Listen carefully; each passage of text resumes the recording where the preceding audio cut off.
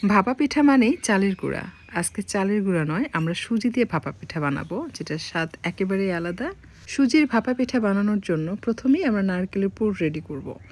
এখানে আমি 1 কাপের একটু বেশি হবে ফ্রেশ কোরানো নারিকেল নিয়েছি। সাদা এলাচ দিলাম বেশ কয়েকটি, তেজপাতা একটি, ছোট 2 টুকরা দালচিনি এবং যে পরিমাণ ফ্রেশ নারিকেল কোরানো নিয়েছি তার থেকে হাফেরও কম নিয়েছি খেজুর গুড়, আর 1 টেবিল চামচ ভর্তি করে দিলাম গুঁড়া দুধ স্বাদ বৃদ্ধির জন্য। নারিকেলের নাড়ু যেভাবে তৈরি করে ঠিক সেভাবে এই পুর রেডি করে নিতে হবে। তো এটা হয়ে গেছে, চুলা বন্ধ করে একপাশে রেখে দিচ্ছে। এখানে আমি নিয়ে নিচ্ছি সুজি 1 কাপ। এটা ব্লেন্ডারে খুব ভালোভাবে গুঁড়া করে নিতে হবে। আর আমি এখানে নিয়েছি পানি।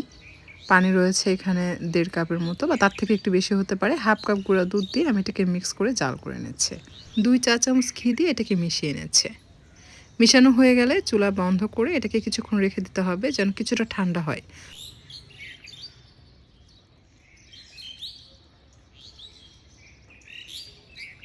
প্রথমে 1 কাপ দুধ দিয়ে সুজির সাথে খুব ভালোভাবে মিশিয়ে নিতে হবে। দুধটা কিন্তু এই পর্যায়ে হালকা গরম রয়েছে।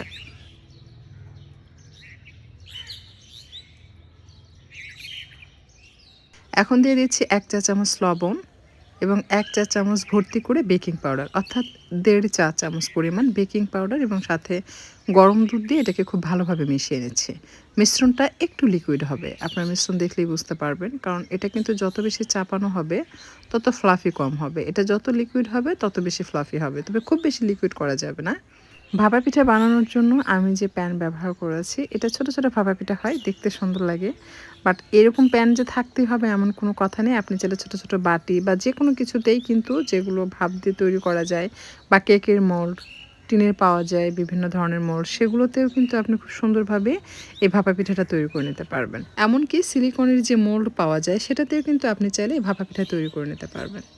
তো যেহেতু এটা সুজির ভাপা পিঠা, খেতে কিন্তু একটু ডিফারেন্ট, খুব মজার। যারা খেয়েছে সবাই বলেছে যে আপু মজা হয়েছে। সো আপনারা চাইলে ট্রাই করে দেখতে পারেন, আশা করছি ভালো লাগবে।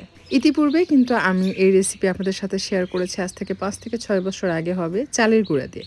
নর্মালি আমরা যে ছাঁচের মধ্যে চিতই পিঠা তৈরি করি, ঠিক চিতই পিঠার শেপে ভিতরে এরকমভাবে নারিকেলের পুর দিয়ে বানিয়ে দেখিয়েছি। কেউ চাইলে কিন্তু ওই রেসিপি ফলো করেও আপনারা চালের গুঁড়া দিয়েও ট্রাই করতে পারেন, সেটাও কিন্তু খুবই মজার হয়।